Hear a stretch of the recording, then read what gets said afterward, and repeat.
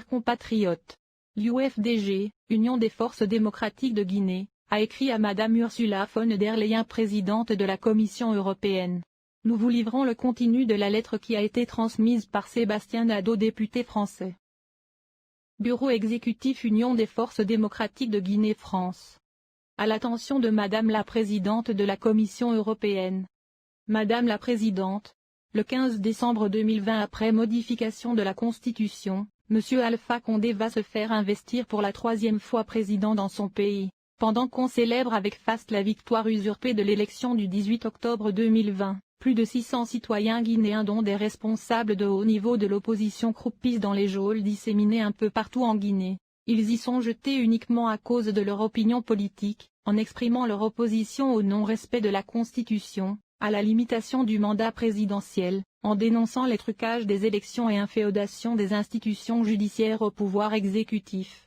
M. Cellou Dalein Diallo, président de l'Union des forces démocratiques de Guinée, UFDG, principal rival de M. Alpha Condé, celui qui a réellement remporté les élections avec 53% des suffrages et presque assigné à résidence, lui et sa famille sont interdits de sortir du pays. Le siège de son parti est barricadé et occupé par les forces de défense et de sécurité depuis le 31 octobre 2020. Madame la Présidente.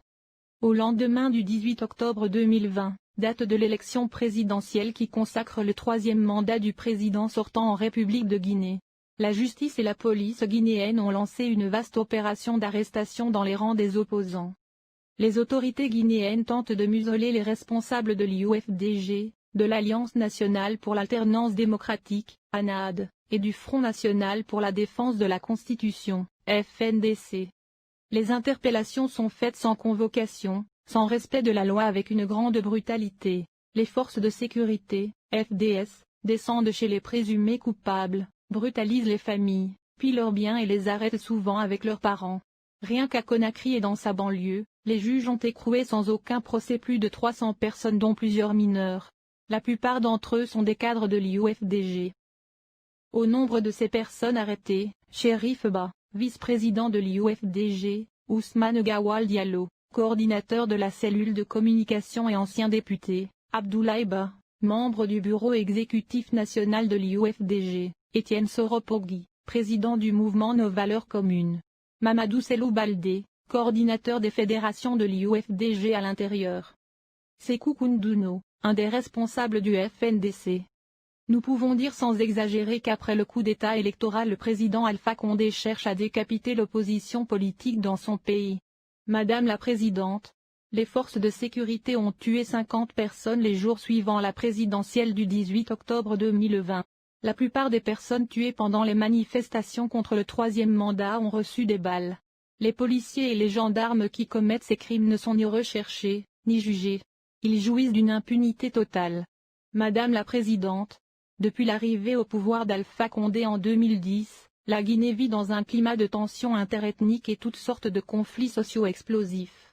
Le pays connaît un nombre de plus en plus croissant de crises politiques et sociales. Chaque événement apporte son lot de violence en tout genre, élections truquées, répression de manifestations pacifiques, assassinats et enlèvements de citoyens, plus de 200 morts par balle, de milliers de blessés et des dizaines d'handicapés, et la destruction de plusieurs biens des citoyens. La Guinée vit dans une atmosphère de violation permanente des droits individuels et collectifs des citoyens.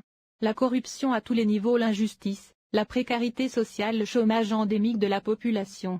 À cela s'ajoute la migration massive des jeunes vers l'Europe. L'impact de cette crise de la malgouvernance en Guinée touche certes toutes les composantes sociales de la nation, mais selon une ONG guinéenne, il importe de reconnaître en toute objectivité et sans démagogie que la communauté Peul est celle qui paye le plus lourd tribut, entre autres. Plusieurs centaines de jeunes Peuls, dont des adolescents, arrêtés souvent à domicile ou kidnappés la nuit, croupissent dans les prisons dans des conditions indescriptibles.